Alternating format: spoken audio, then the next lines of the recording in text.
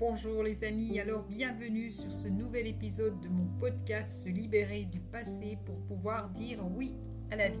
Alors, dernièrement nous avions parlé de notre proie qui était confrontée à ce loup et pourquoi elle avait tant de mal à partir.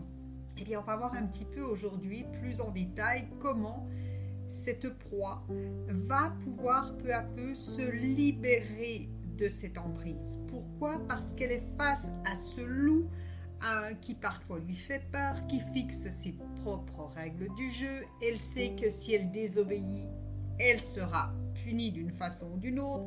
Et puis il y a ce loup qui par moments endosse ce costume de l'agneau et qui devient mais tout à fait agréable, exceptionnel. Et notre proie, elle sait que cette relation, elle n'est pas bonne pour elle, mais il y a ce quelque chose qui fait qu'elle ne peut pas y résister, ce quelque chose qui fait qu'elle ne peut pas s'en séparer. Même si elle sait que c'est néfaste, eh bien, elle préfère encore ceci que de se retrouver seule et abandonnée.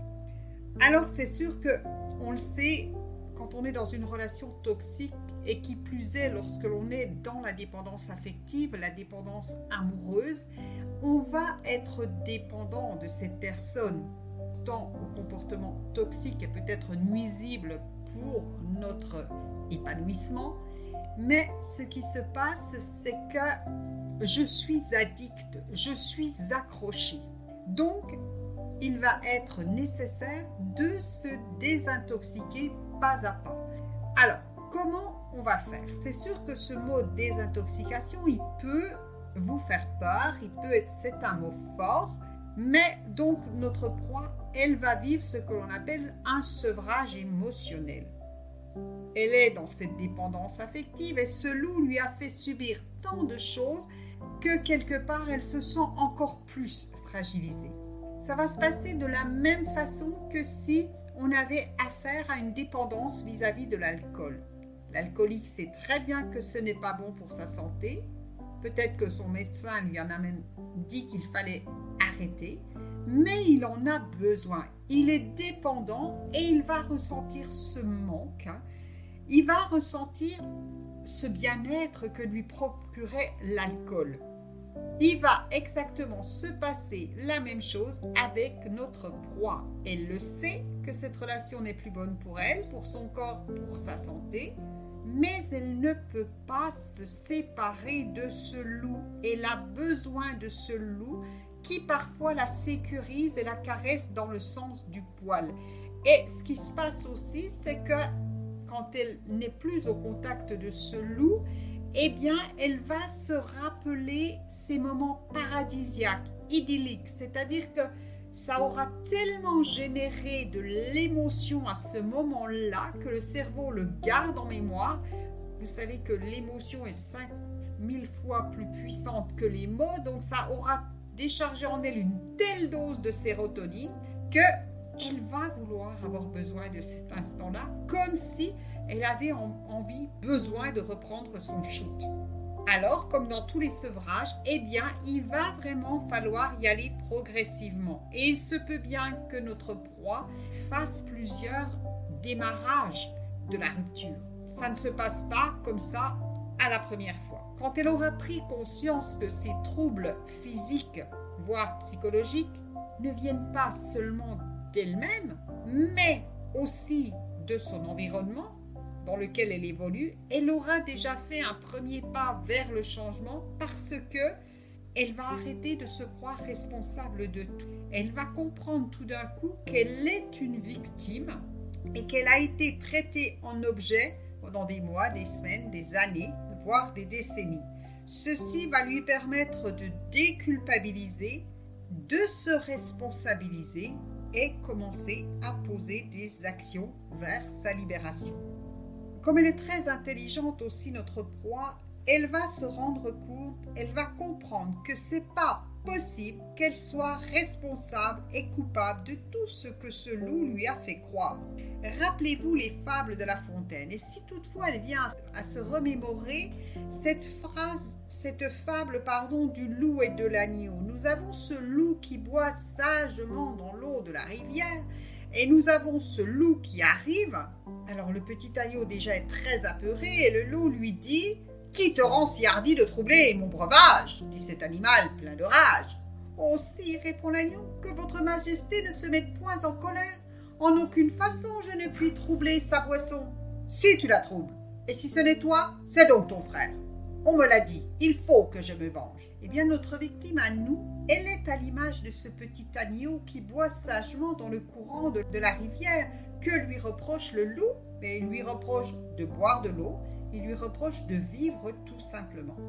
Ainsi, elle va prendre conscience petit à petit de tout ceci, elle va prendre un peu de hauteur et ceci va lui permettre d'avancer. C'est sûr que si vous lisez les ouvrages qui traitent du sujet, on va vous dire que la meilleure chose à faire, c'est de fuir. Oui, effectivement, c'est la meilleure chose à faire, mais cette fuite, il est peut-être préférable qu'elle soit préparée en amont. Pourquoi, à votre avis? Eh bien, tout simplement parce que quand la victime va vouloir partir, ce loup qui déteste l'échec et qui ne supporte pas que sa proie lui échappe, ne supporte pas de perdre le contrôle sur elle, que va-t-il faire? Eh bien, il va, tout d'un coup, rendosser le masque de l'agneau, comme au jour de la séduction, parce qu'il sait que ça fonctionne.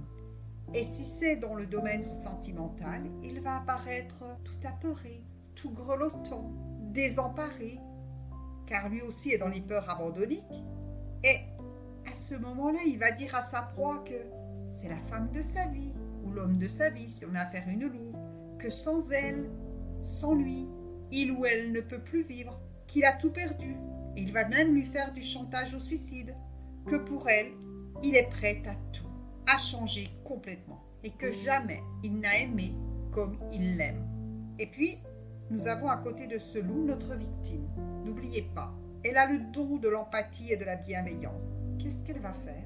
Eh bien, elle va avoir une envie, celle de consoler et prendre soin de ce petit agneau en détresse. Elle va le prendre dans ses bras. Et là, elle ne sait pas qu'elle est en train de retomber dans la gueule du loup. C'est aussi simple que ça. Alors, c'est sûr qu'au bout d'une ou plusieurs tentatives de départ sans succès, un jour, notre proie, notre victime, va se rendre compte que tout cela n'est qu'une pure mise en scène.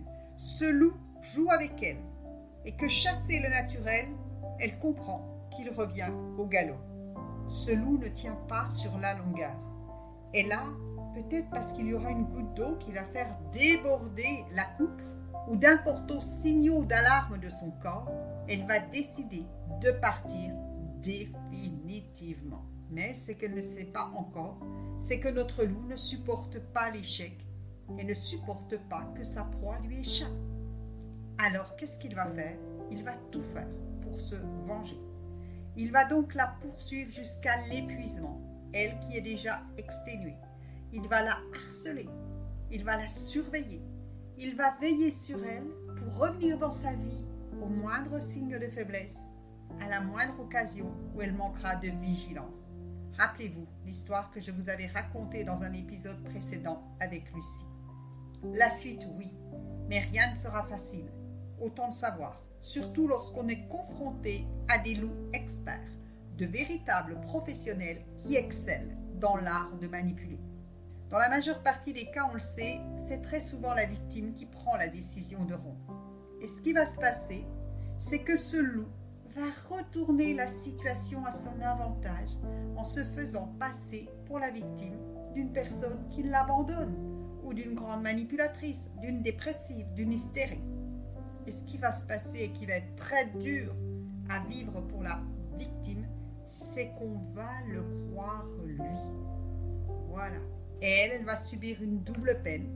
Déjà cette violence psychologique, mais encore, elle ne sera pas entendue, crue par les personnes vers lesquelles elle se tourne.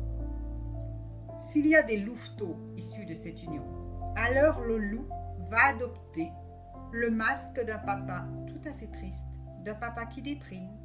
Et les petits vont croire à cela et vont tout faire pour plaire à leur papa, qui va essayer de toucher son ancienne proie par le qui aide ces derniers. Ce que les petits ne savent pas, c'est que dans le domaine professionnel ou amical, leur papa y va très bien. Il ne présente aucun signe de tristesse ou de dépression. Il a la patate. Il se peut aussi que la victime soit obligée d'engager des procédures au tribunal pour la garde des petits ou pour un divorce. Là aussi, rien ne va être facile. Les procédures vont durer car ce loup va s'amuser à faire patienter les choses en espérant que sa proie abandonne en cours de route. Il n'est pas rare aussi que ces loups, qui sont de très beaux parleurs, arrivent à séduire le juge, homme ou femme. Pourquoi à votre avis?